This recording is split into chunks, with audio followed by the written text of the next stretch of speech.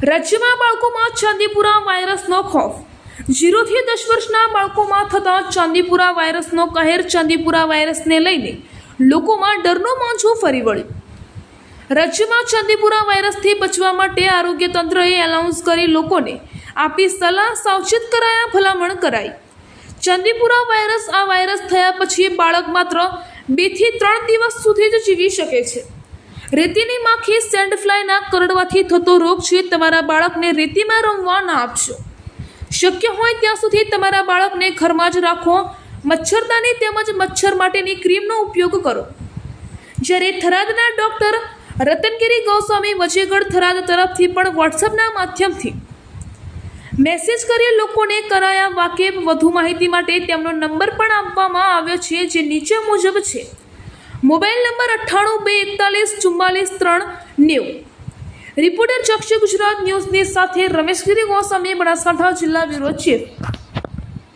સૂચના હાલમાં બનાસકાંઠા જિલ્લામાં અને આજુબાજુના તમામ જિલ્લાઓમાં ચાંદીપુરા વાયરસ નામનો બીમારી ફેલાઈ રહી છે, જે 0 થી 14 વર્ષના બાળકોમાં ફેલાઈ રહી છે। આ ચાંદીપુરા વાયરસ સેન્ડ ફ્લાય નામની માખીથી ફેલાય છે અને હાલમાં આની કોઈ દવા નથી। 0 થી 14 વર્ષના બાળકોમાં કોઈ બાળકને તાવ આવતો હોય, તાવ આવ્યાની સાથે ખેંચ પણ આવી શકે, બાળક અર્ધબેભાન પણ થઈ શકે અને જે જગ્યા પર મચ્છર કરડે હોય એ શરીરના ભાગે લાલાશ પડતા ચાઠા પણ જોવા મળે। જો આવા કોઈ નિશાનવાળા બાળકો, આવા કોઈ લક્ષણોવાળા બાળકો દેખાતા હોય તો તરત જ નજીકના આરોગ્ય કેન્દ્ર ખાતે જઈ તપાસ કરાવો। તમારા બાળકોને તંદુરસ્ત અને સાવચેત સલામત રાખો। ખાસ કરીને ઘરની આજુબાજુ પાણી ભરાયેલા ખાડા ખાબોચિયાને પૂરી દો।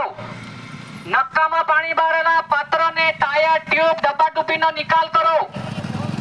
હંમેશા મચ્છરદાનીમાં સૂવાની કોશિશ કરો અને બાળકોને લાંબી બાઈના કપડા, પૂરેપૂરું શરીર ઢંકાઈ જાય એ રીતે બાળકોને કપડા પહેરાવો અને તમારા બાળકોને તંદુરસ્ત રાખો।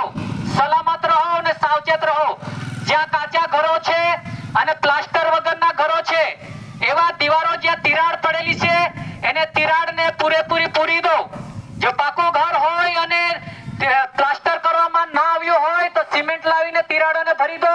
કાચું ઘર હોય અને તિરાડો હોય તો એને પણ માટીથી પૂરી દો, જેથી કરીને આ સેન્ડ ફ્લાય